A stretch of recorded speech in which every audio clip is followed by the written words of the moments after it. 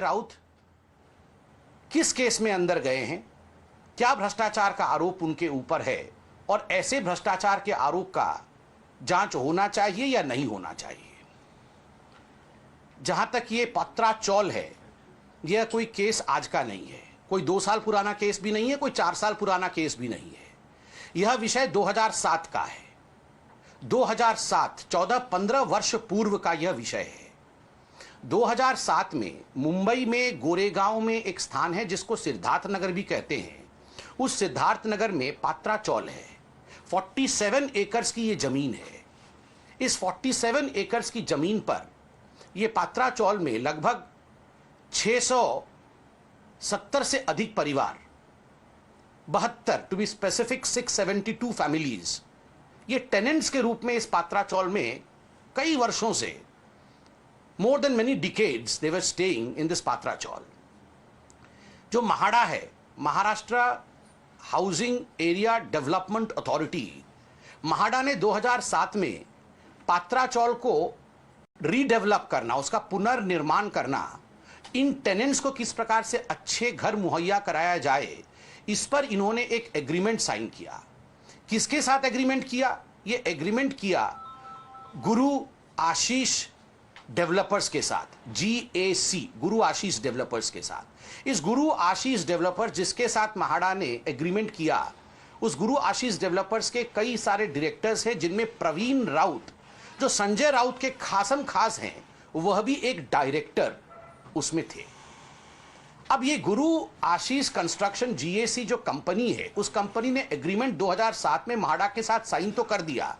उस एग्रीमेंट में लिखा था कि ये जो 672 परिवार हैं, टेनेंट्स हैं पात्रा चौल में, आप इनके लिए घर बनाएंगे, इनको आप पुनर्निर्वासित करेंगे, इनको फ्लैट्स देंगे और उसके पश्चात 3000 फ्लैट जो है वो महाडा के लिए इस 47 एकड़ जमीन पे बनाएंगे और उसके बाद कुछ जमीन जो है वो आपको डेवलप करने के लिए अनुमति दी जाएगी।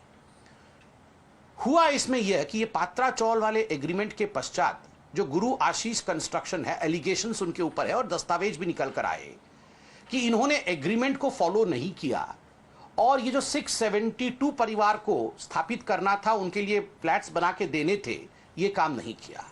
उन्होंने 9 डेवलपर्स या बिल्डर्स को बुला करके, जो प्राइवेट बिल्डर्स थे, उनको उन्होंने 47 एकड़ जमीन बेच दिया। एग्रीमेंट किया गरीबों के लिए, जमीन बेचा खरबपतियों को। बिल्डर्स को यह जमीन बेच दी गई।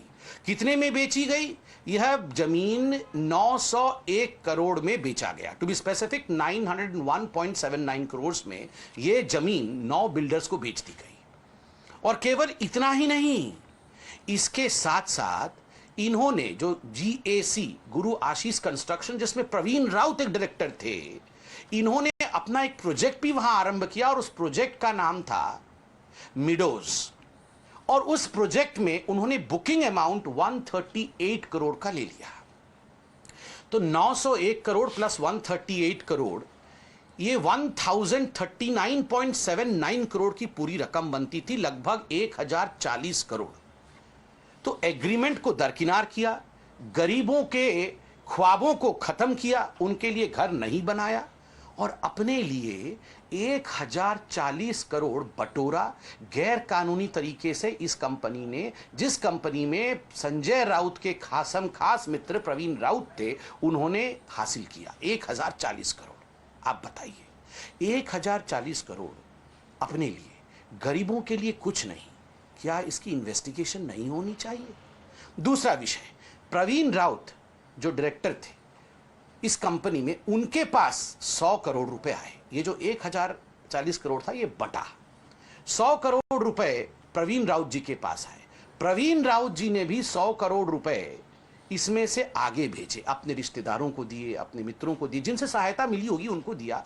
उसमें से जो एलिगेशन है, जो आप देख सकते हैं, मीडिया भी दिखा रही है, इसमें से एक बड़ा रकम संजय राउत जी के अकाउंट में भी गया है। यह भी खुलासा मीडिया ने किया है, यह भी एलिगेशन है, यह भी मामला कोर्ट में गया हुआ है। और तो और ये जो प्रवीण राउत है, जो संजय राउत के खासम खास हैं और जिन्होंने गबन किया, उनकी पत्नी माधुरी राउत, ये संजय राउत की धर्मपत्नी श्रीमती वर्षा राउत की खास मित्र है और माधुरी राउत जी ने वर्षा राउत जी को अर्थात संजय राउत की पत्नी को 83 करोड़ रुपए, यह उनके 83 लाख रुपए, माफ करिएगा, 83 लाख रुपए उनके अकाउंट में ट्रांसफर किए एक अनसिक्योर्ड लोन के रूप में। 83 lakhs were given to the wife of Sanjay Raut, Srimati Varsha Raut ji, as an unsecured loan by wife of Praveen Raut, Madhuri Raut. अब ये अनसिक्योर्ड लोन जो 83 लाख का मिला, उसमें से संजय राउत की परिवार ने दादर में एक फ्लैट खरीदा। बाद में जब पूरे विषय में ईडी ने जांच शुरू कर दिया तो चुपके से, क्योंकि उन्हें पता था कि ये सुई का नोक जो है हमारे ऊपर आने वाला है, तो 55 लाख वापस करने की कोशिश संजय राउत जी की धर्मपत्नी वर्षा राउत जी ने किया कि मैं वापस कर रही हूं, देखो भैया माधुरी जी को मेरा कुछ लेना देना है नहीं। मगर ईडी तब तक चौकन्नी हो चुकी थी, वो पूरा विषय जान चुकी थी। ये सारा विषय सामने कैसे आया? ये आज का केस नहीं है। 2018 में जब महाडा ने, जब महाराष्ट्र हाउसिंग और एरिया डेवलपमेंट कॉर्पोरेशन ने देखा कि यार यह तो गबन हो गया, 1000 से अधिक करोड़ रुपए का, गरीबों के लिए घर भी नहीं बना और ये जीएससी कंपनी ने इसे बेच भी दिया, तो उन्होंने एक PMLA, prevention of money laundering act के अंतर्गत उन्होंने एक केस दर्ज किया, एक एफआईआर किया, जिसमें प्रवीण राउत और वाधवान ब्रदर्स, आपको पता होगा ना वाधवान ब्रदर्स, जिनको कोविड के समय सहूलियत दिया था इनकी सरकार ने, जो महा विकास आघाड़ी सरकार, क्या वसूली आघाड़ी सरकार थी, इन्होंने स्पेशल उनको पैकेज दिया था कि आप घूमने फिरने जाओ। ये वाधवान ब्रदर्स जो ये जीएससी की जो मेन कंपनी है, जिसकी सब्सिडियरी जीएससी है, ये भी डायरेक्टर है। तो इनको और प्रवीण राउत के खिलाफ एफआईआर हुआ था कब? 2018 में। तो क्या बदले के भाव के साथ एक दिन इनकी सरकार बनेगी, ये एक दिन हमारे खिलाफ बोलेंगे? क्या बदले के भाव के साथ 2018 में हमने जाके रेट्रोस्पेक्टिवली इनके ऊपर एफआईआर कराया? ऐसा नहीं है, क्योंकि महाडा ने इनके खिलाफ एफआईआर कराया था।